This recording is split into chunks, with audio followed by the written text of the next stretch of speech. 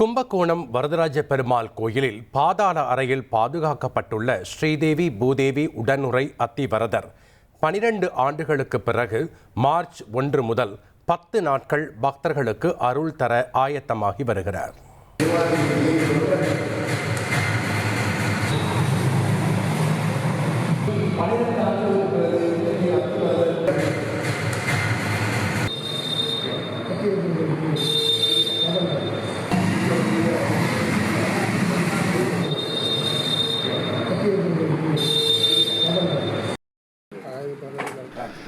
தஞ்சாவூர் மாவட்டம் கும்பகோணத்தில் அமைந்துள்ள வரதராஜ பெருமாள் கோயில் ஒரு அபூர்வ ஆன்மீக நிகழ்வுக்காக தயாராகி வருகிறது. பாதாள அறையில் பாதுகாப்பாக வைக்கப்பட்டிருந்த ஸ்ரீதேவி பூதேவி உடனுறை அத்திவரதர் சிலை 12 ஆண்டுகளுக்கு பிறகு மார்ச் 1ஆம் தேதி முதல் 10 நாட்கள் பக்தர்களுக்கு தரிசனம் தருவதற்காக வெளிவருகிறது.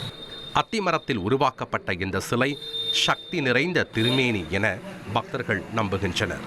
1739ஆம் ஆண்டு சௌராஷ்டிரா தர்ம பரிபாலன சபையால் உருவாக்கப்பட்டதுதான் வரதராஜ பெருமாள் கோவில் மற்றும் வேதநாராயண பெருமாள் கோவில்.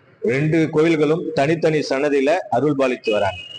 இந்த கோவில் 1915ஆம் ஆண்டு அத்திவரதர் சிலை இங்கே பக்தர்களுடைய பார்வைக்கு வைக்கப்பட்டிருக்கு. எல்லோரும் தரிசனம் செஞ்சிருக்காங்க. அதன் பிறகு பாத்தீங்கன்னா ஏதோ சில காரணங்களால அத்திவரதர் சிலை பக்தர்களுடைய பார்வைக்கு வைக்க முடியாம போயிடுச்சு இந்த சபையினரால். இப்ப 1998ல இந்த கோவிலை புனரமைப்பு செய்து மகா கும்பாபிஷேகம் செய்யப்பட்டு 2013ல இந்த கோவில்ல மீண்டும் பாதாள அறையிலிருந்து அந்த அத்திவரதரை எடுத்து பக்தர்களுடைய சேவைக்காக வச்சிருக்காங்க. பொதுவாக அத்திவரதர் என்றால் நினைவிற்கு வருவது காஞ்சிபுரம் வரதராஜ பெருமாள் கோயில்.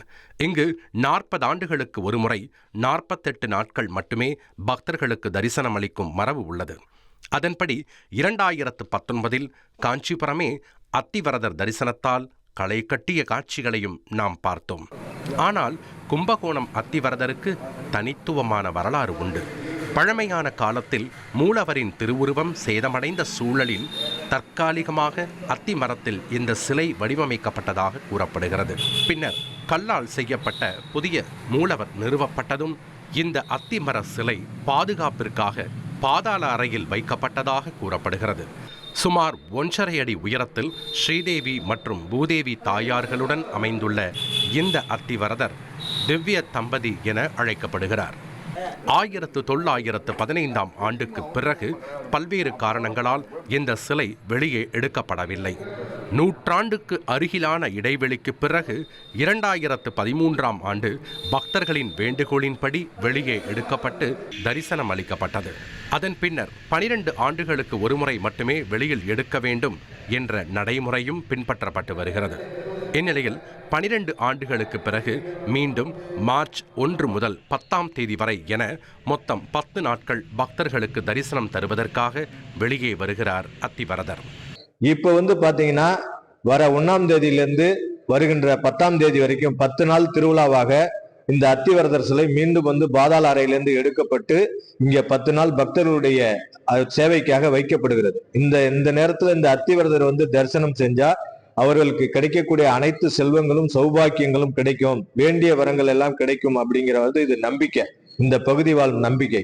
எப்படி காஞ்சிபுரத்துல அத்திவரதர் 2019 தண்ணியிலிருந்து எடுத்து 24 நாட்கள் சயன கோலத்திலும் 24 நாட்கள் நின்ற கோலத்திலும் பக்தர்களுக்கு தரிசனம் கொடுத்தாரோ அதே போல் இந்த இடத்திலே அத்திவரதர் பூதேவி ஸ்ரீதேவியுடன் 10 நாட்கள் தரிசனம் செய்ய இருக்கிறார். பக்தர்கள் எல்லோரும் இப்ப 10 நாள் இருக்கு, எல்லாரும் அடிச்சு பிடிச்சு முண்டிட்டு வராம எல்லாம் பொறுமையா இங்க காத்திருந்து இந்த அத்திவரதரை சேவிச்சு தங்களுடைய புண்ணியங்களையும் சேர்த்து கொண்டு சுபிட்சமாக வாழ பெருமாளுடைய சார்பாக நாங்கள் இந்த சேவையை நாங்கள் கேட்டுக்கொள்கிறோம். அத்திவரதரை தரிசனம் செய்தால் கல்வி வளர்ச்சி, வேலை வாய்ப்பு முன்னேற்றம், குடும்ப நலன், நோய் நீக்கம் போன்ற பல நன்மைகள் கிடைக்கும் என பக்தர்கள் நம்புகின்றனர். இதனால் இந்த 10 நாட்களில் கோயில் நகரமான கும்பகோணம் பக்தர்கள் வெள்ளத்தால் திக்குமுக்காட போகிறது. தந்தி டிவி செய்திகளுக்காக கும்பகோணத்திலிருந்து விக்னேஷ்.